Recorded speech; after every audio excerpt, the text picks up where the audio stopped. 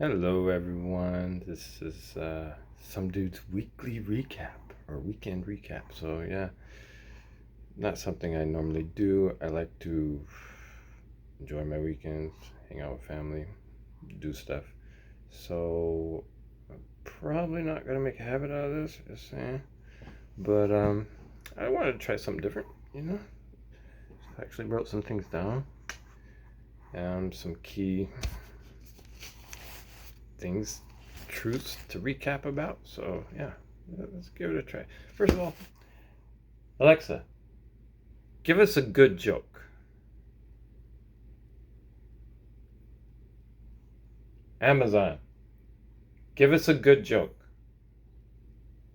What happens when Dwayne Johnson and a pig give you a hug? You're stuck between the rock and a lard place. Wow. Dwayne Johnson and a pig give you a hug. You're stuck between the rock and a lard place. That's a good joke. Okay, well, we'll try a bad joke at the end, yeah? So, anyways, so some of the things that were talked about were weapon stockpiles back at the beginning of the week. So yeah, they gave all of our weapon stockpiles to Ukraine months ago, and then all of a sudden they started talking about, hey, we're gonna give these other weapon stockpiles to Ukraine. Like they gave away all the weapon stockpiles. Then there were more stockpiles to give away. I don't know, man. I don't think they magically appear out of a hat like a rabbit. Wait, that can happen. They don't magically pin out of thin air. I mean, I don't know. It didn't make any sense to me. So, yeah. The other thing was, talked about the other day, they mentioned conspiracy theorists and they started bringing up the White House things because elections, and Democrat versus Republican, all this. But, anyways, they're like, oh, it was spawned from conspiracy theories, all the violence. Really? I mean, that doesn't make much sense to me either. I mean, conspiracy theory is a questioning of a narrative, an event, something a lawyer might do, perhaps. I mean, what is truth except a conspiracy theory that is finally accepted by society as a whole, and so it becomes the truth? Um, and I mean, I don't know. I think the root problem is the violent acts, right, that harm others. I mean, that's the truth. That's the truth. I mean, I mean, I don't know what to say. Perhaps, I mean, why? Why do they want us to think conspiracy theory was a problem? I don't know. Maybe they think we'd all get along if we figured out it was the violent people that were against. I don't. The harming others. I don't, I don't know. Um, in truth, someone could be at home on a computer making up conspiracy theories. Perhaps they were into JFK, who shot him, and they're just really into it, and they never share it with the world. They just sit at home and play around with conspiracy theories because that's what they're into. I'm just saying, the conspiracy theory didn't. It's kind of like, well, then that hit you with the, well, that's like saying people don't, or guns don't kill people. People kill people. Well, yeah, that's true too. For real. Anyhow, um,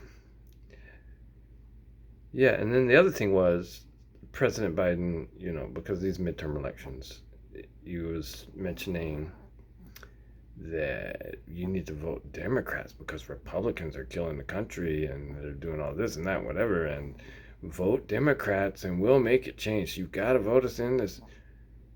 Aren't Democrats already in control of the House and Senate? So what's stopping you from putting your words to the paper there, brother? Just saying. And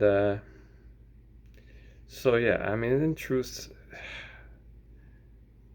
I've said before, I'll say it again, they're two sides of the same coin. Somebody watching this? You see a ghost? So yeah, but do vote, you know, however you're gonna vote.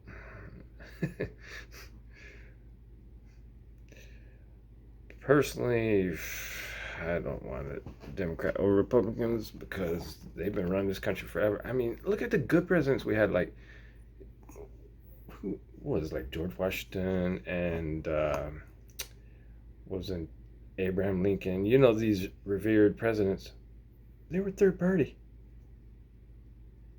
Yeah. So yeah. Anyways, yeah. On that note, Amazon, tell us a bad joke. A grasshopper hops into a bar. The bartender says, "I'm going to serve you a drink named after you." The grasshopper responds, "You have a drink named Steve?" Okay, I think she nailed the bad joke. They didn't order a grasshopper from the bartender. They were looking for to order a drink for the name Steve. Yeah, that's pretty bad. Anyways, have a wonder of life this weekend, wherever you are. And well, you know what? Just because if you want to, you know, kill it. If not, we'll get the weekend flash briefing just to see what's going on. Amazon, give us a flash briefing. Jamie, getting your flash briefing. In NPR News. Live from NPR News in Washington, I'm Nora Spoiled Rahm. rotten. President Biden is making a Daddy's last-ditch effort this weekend to energize voters ahead of the midterm elections on Tuesday. NPR's Windsor Johnston reports Biden will be joined by former President Barack Obama at a rally today in the key swing state of Pennsylvania. President Biden and former President Barack Obama are returning to the state to make a last-minute push to voters and to lend their support to Democratic candidates. They'll host a rally in Philadelphia for Lieutenant Governor John Fetterman, who's locked in a tight race with Republican Mehmet Oz to fill the state's open Senate seat. They'll also stump for Democratic gubernatorial candidate Josh Shapiro. On the other side of the state, former President Donald Trump will campaign on behalf of their Republican challengers. Pennsylvania is seen as crucial in the upcoming midterms. Biden famously won the 2020 election by securing the state's 20 electoral votes, which Trump had taken in 2016. Windsor Johnston, NPR News, Philadelphia. NPR's Ron Elving has been following the election.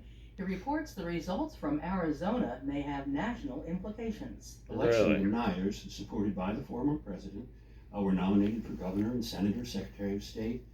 If the regular Republicans turn out for those nominees in their usual numbers, the Trump Republicans may well win. That would cost the Democrats one of their So it's all seats in the speculation. Senate. If Also, they out turn west out in Nevada, in their Idaho, regular Wisconsin, numbers, very much at risk.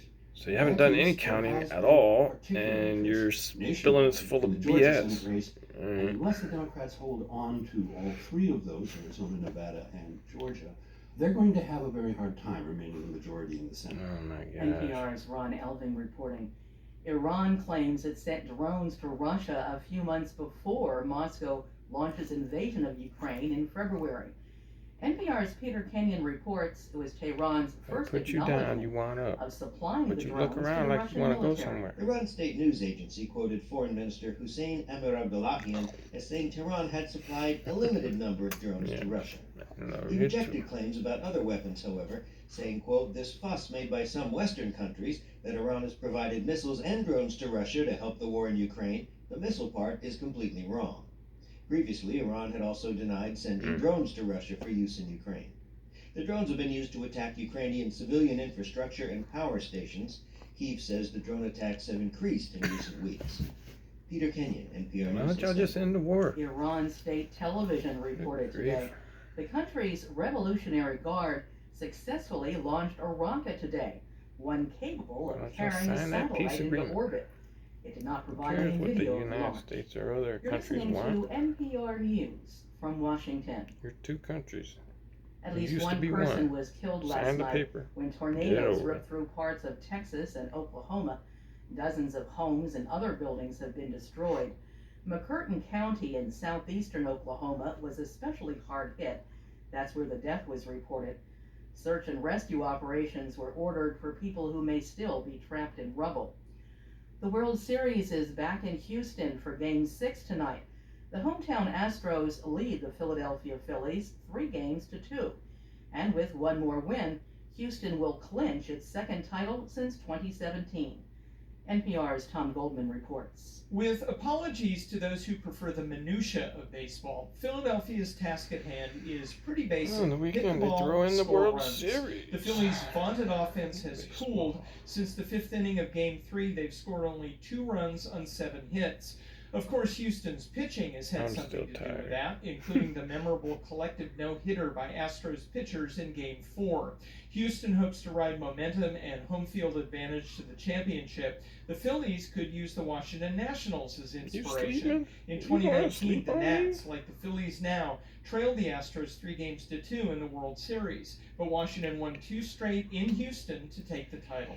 Tom Goldman, NPR News. A drawing will be held tonight for the Powerball jackpot, which hasn't been won for more than than 3 birthday months. this weekend. It's up to $1.6 billion, the largest lottery prize in history. The odds of winning are 1 in 292 million. I'm Nora Rahm, NPR News in Washington. Hey, it's Ramtin Arablouei from NPR's Throughline podcast. I want to doubt. Skip. In NASA news, NASA and the U.S. Agency for International Development, USAID, signed an agreement Friday strengthening the collaboration between the two agencies, including efforts that advance the federal response to climate change.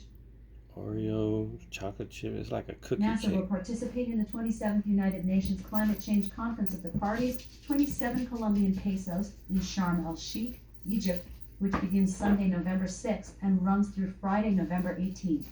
The COP27 summit brings together countries from around the world to increase ambition by implementing existing goals and strengthening commitments. Check out these ink pens we found. NASA is targeting Monday, November 14th, the launch of the Artemis on Moon mission during a 69-minute launch window that opens at 12:07 a.m. EST. NASA and the agency's Jet Propulsion Laboratory, JPL, in Southern California, which leads Psyche, shared a response Friday to the results of an independent review board convened to determine why the mission to study a metal-rich asteroid of the same name missed its planned 2022 launch opportunity.